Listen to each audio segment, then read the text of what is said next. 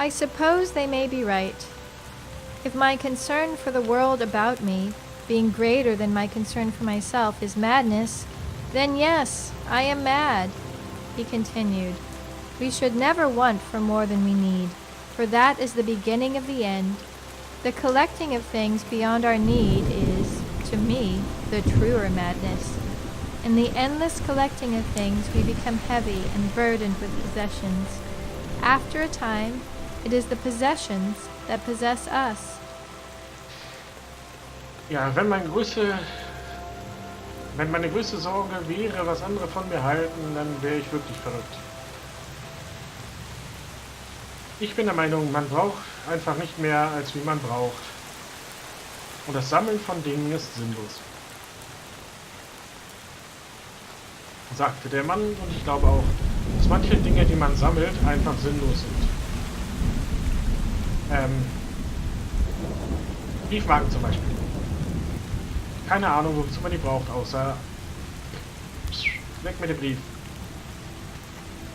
Aber andere Leute sammeln die halt und geben dann auch viel Geld für seltene Briefmarken aus, weil sie vielleicht schön sind oder so. Und andere sammeln Münzen, die es heute nicht mehr gibt oder die es noch nie gegeben hat, sondern so Spezialdrucke waren. Kann man sich auch irgendwo hinhängen. Aber wenn ich jetzt überlege, dass man andere Sachen sammelt, die so irgendwie Massenware ist. Ich sammle Schuhe von der und der Marke, ich sammle Consider the fishes, he said. They have no possessions and so can flit about on the waters, light and unburdened, free to swim anywhere. If they had possessions to carry, they would sink and die. This seemed obvious enough to me. Fish can't carry things anyway. Consider also the story of a king I once knew. I quietly laughed, as if the mad fisher cavorted with kings. I thought this very unlikely. Sieh dir nur die Fische an. Die Fische haben keinen Besitz. Also müssen sie den auch nicht mit sich rumtragen und können einfach überall hingehen. Und wenn sie Besitz hätten, dann würden sie ihn beim Tragen einfach untergehen und ertrinken. Das erinnert mich an eine Geschichte von einem König, die ich mal kannte, sagte der Fischer. Und ich musste etwas lachen, weil ich mir nicht vorstellen konnte, dass der Fischer einen König kennt. Zitat, Übersetzung Ende. Und das finde ich eine sehr interessante Idee. Wenn man nichts besitzt, kann man beim Fortgehen auch nichts zurücklassen. Und wenn man etwas besitzt, dann braucht man einen Umzugswagen. Aber man kann dann halt auch nicht einfach losgehen, man muss auf den Termin warten und so weiter. Was mich wieder daran erinnert, dass ich doch meinen Müll hier noch rausbringen sollte. Also Müll im Sinne von Sachen, die ich lang schon habe und von Keller zu Keller einfach nur transportiert. This king was master of all he surveyed, he went on. He gathered to himself all the riches and fine things of the world. His every desire was met, but still he wanted more. Possessed with accumulation, he neglected his kingdom, even his wife and only son. The more he gained, the more he wanted. He piled up all his treasure in a great storeroom and locked it away. But one day his young son found the key and entered the chamber. Dieser König sammelte alles, was ihm unter die Finger kam. Er hat alles in eine große Kammer geschlossen, in der nicht mal seine Frau und sein Kind Zugriff hatten. Eines Tages hat der Sohn den Schlüssel gefunden und ging in diese Kammer hinein, wo alles Mögliche drin war, was er gesammelt hat. Und ich stelle mir diese Kammer ziemlich groß vor, weil wenn so ein König alles Mögliche sammeln kann, dann wird er auch alles Mögliche sammeln. Einfach nur, weil er es kann. Und dann bin ich gespannt, wie es die Geschichte gleich weitergeht mit dem Sohn. Nicht, dass der dann auch zum Inventar wurde.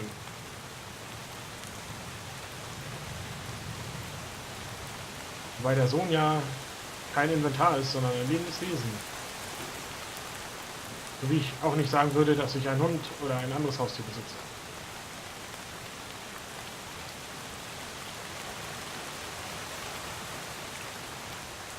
Ja, und die nächste Höhle. Nachdem gab es diesen Protest. War gut. Komm, lass mich auf. Ich bin der König der Welt. Apropos König der Welt. War hier nicht nochmal... Okay. Ich dachte, hier wäre wieder diese Figur. Schön, dass man meine Hände nicht so richtig sieht. Ja. Auf in die zweite Höhle, die uns vielleicht wieder ins Sonnenlicht bringt, dass wir auf das Dach der Welt kommen. Und vielleicht diesmal den Genie rechtzeitig greifen können.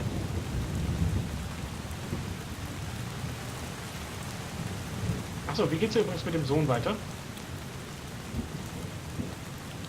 Ich hatte jetzt hart gehofft, dass ein Text kommt. Oh, der Regen hört auf. Wieder dieses Gefühl auf dem Ohr, wenn die ganze Zeit Regen und dann jetzt nicht mehr überall den Gras. The king heard a loud crash and ran to the treasure room. There he saw a great avalanche of gold, falling on his son and crushing him. Try as he could not pull the boy from the heavy flood. He dug and dug in the gold, but his son was lost. Too late did he feel the love he had for his only son. In the collecting of things, he ignored the only thing that really did matter. Der Sohn hörte ein großes Scheppern und rannte in seine Kammer, wo Goldzeugs auf seinen Sohn niedergeprasselt war. Er versuchte, den Sohn rauszuholen, aber er schaffte es nicht, weil das so viel war, was auf ihn niedergeschlagen ist, wovon er erdrückt wurde. Und so hat der König das Einzige verloren, was ihm wirklich... dann hat der König erst gemerkt, was ihm wirklich wichtig war. Was er jetzt verloren hatte, sein Eigenfleisch und Blut.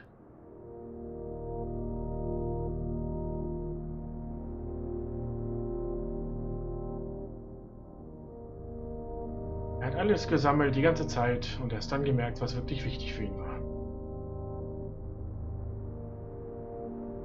Und da blitzt das wieder.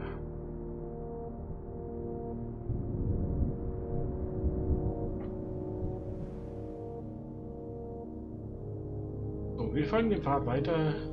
The king was consumed with grief and vowed to never possess another thing that he didn't need.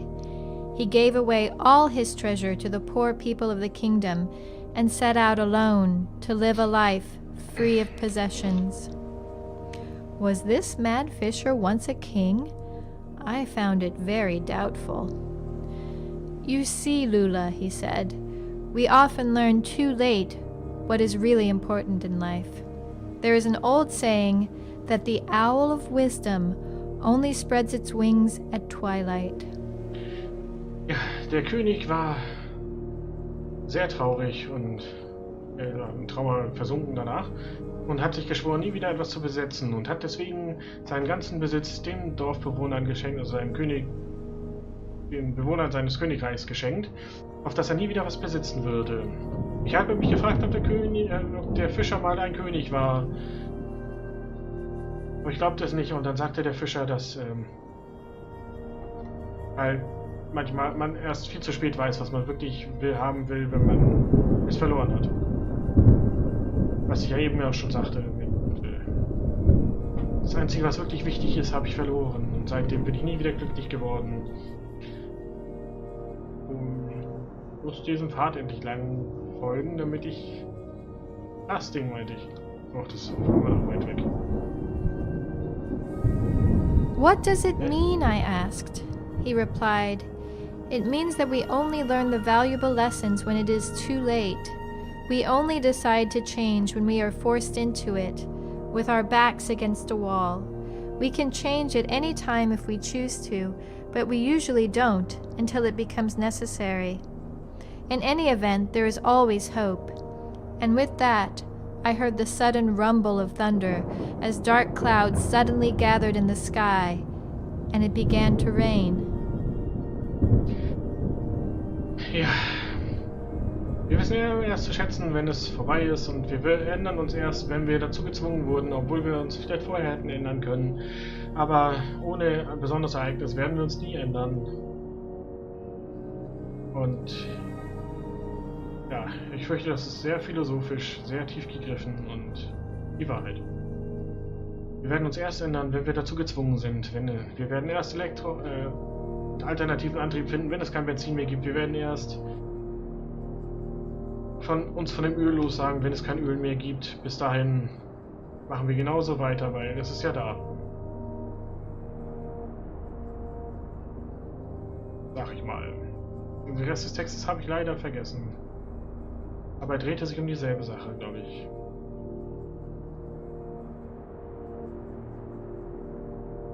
Und ich hätte jetzt Lust, das Ziel zu erreichen eigentlich.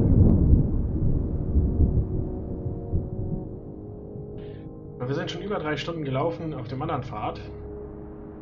Und jetzt sind wir auch schon wieder eine Stunde unterwegs. Und irgendeine Quelle hat mir gesagt, das Spiel dauert 3,5 Stunden.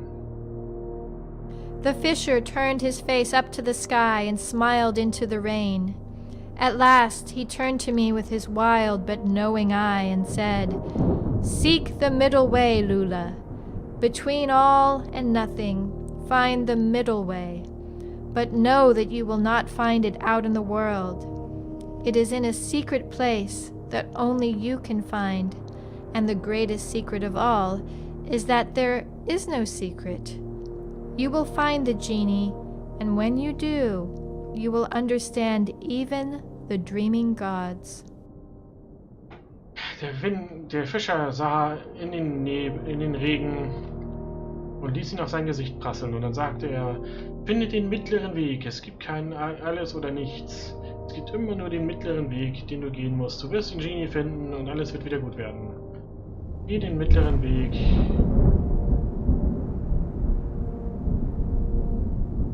Und das Geheimnis ist, dass es kein Geheimnis gibt.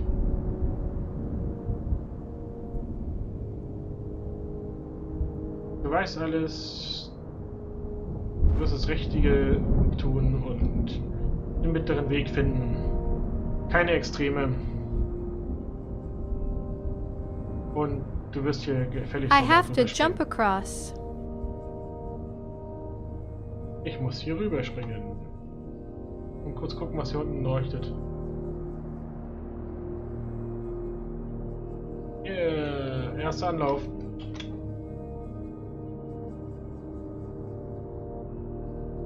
Da vorne blitzt es, hier nicht. Then I knew he was truly mad. It made no sense. A secret that there is no secret. But he spoke to me of the genie long before my dream where the wizard told me to find it. Was it a dream? I can't remember. For all I know, it was real, and I am dreaming now. Are we all asleep and dreaming the world? Are the gods real? It is all beginning to confuse me very much. I can only hope that he was right about the genie. Jetzt wusste ich, dass er wirklich verrückt war, denn es ist ein Geheimnis, dass es kein Geheimnis gibt. Aber er sprach von dem Genie, bevor ich überhaupt wusste, dass es einen Genie gibt. Und was war das da oben gerade? Er sprach von dem Genie, bevor ich wusste, dass es einen Genie gibt.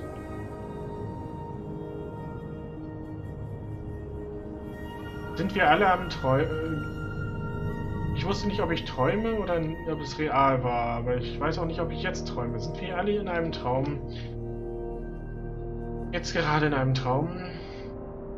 Oder sind wir in der Wirklichkeit? Oder träumen wir das alle zusammen? Interagieren wir im Traum zusammen? Die Realität ist eigentlich was völlig anderes. I should much like to reach the mountain before winter falls. I wonder if my mother came this way. Did she brave the storms and lean into the wind, pressing on? Turning back never seems an option, I know, having come this far myself. Sometimes in the wind, I think I can hear you singing to me. You sing the rains, you sing the snows to me. It makes me brave against the elements. Ich sollte den Berg erreichen, bevor der Winter kommt. Und ich frage mich, ob meine Mutter hier längst gegangen ist. Sie singt mir zu durch den Regen und den Schnee. Und ich werde den Berg erreichen, in ihrem Vermächtnis. Ich rede gerade Blödsinn. Es bringt uns voran. Da vorne ist noch ein Berg aus Feuer, wie da hinten auch. Oder was da hinten? Ich habe die Orientierung ein wenig verloren, aber der Pfad führt uns ja weiter. Und ich weiß auf jeden Fall, dass ich vorhin 2 Feuerberge gesehen habe. Und ich habe das Gefühl, dass die Geschichte hier schneller vorankommt, als sie es auf dem anderen Pfad getan hat, der viel länger ist.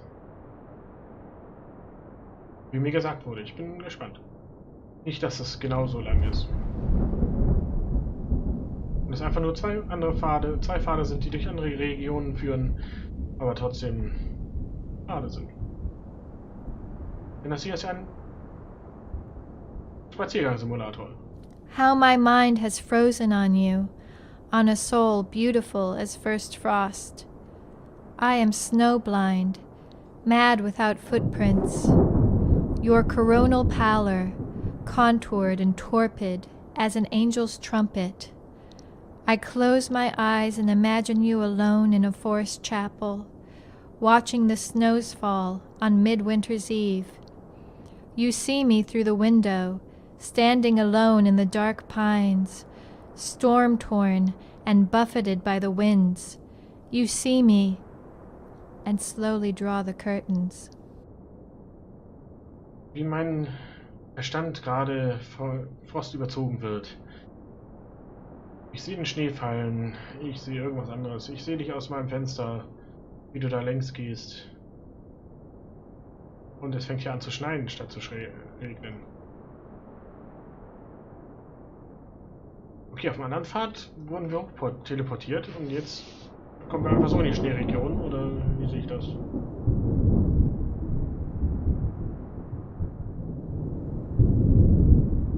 Ja.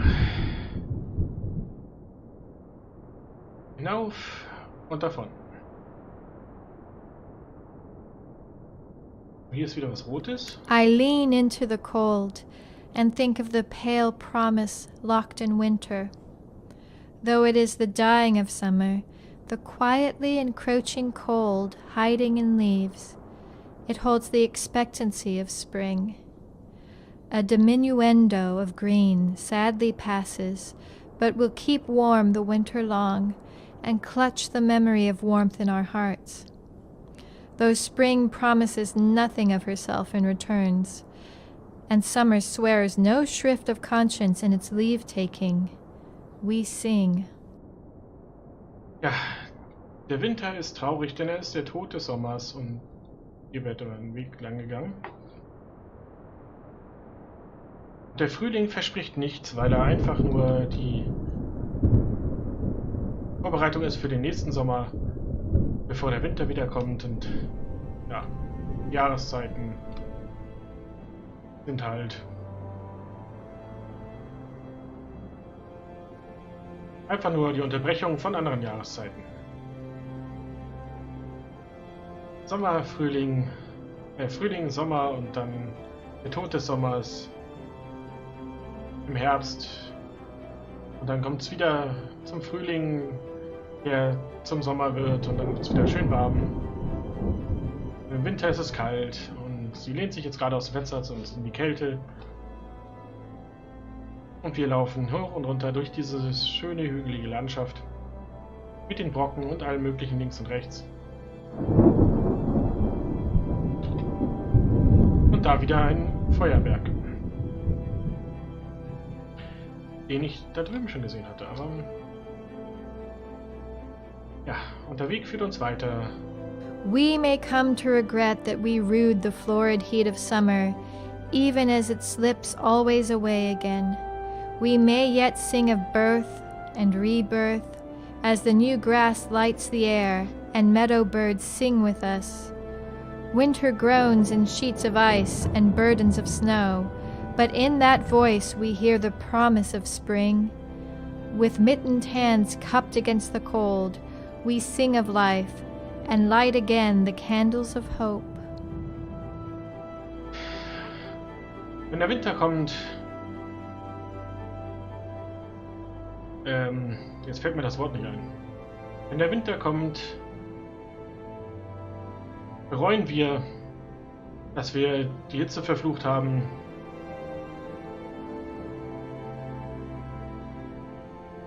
Doch der Frühling hat wieder das Versprechen der Hitze und der Winter bringt etwas Kälte und das ganze Zeugs halt.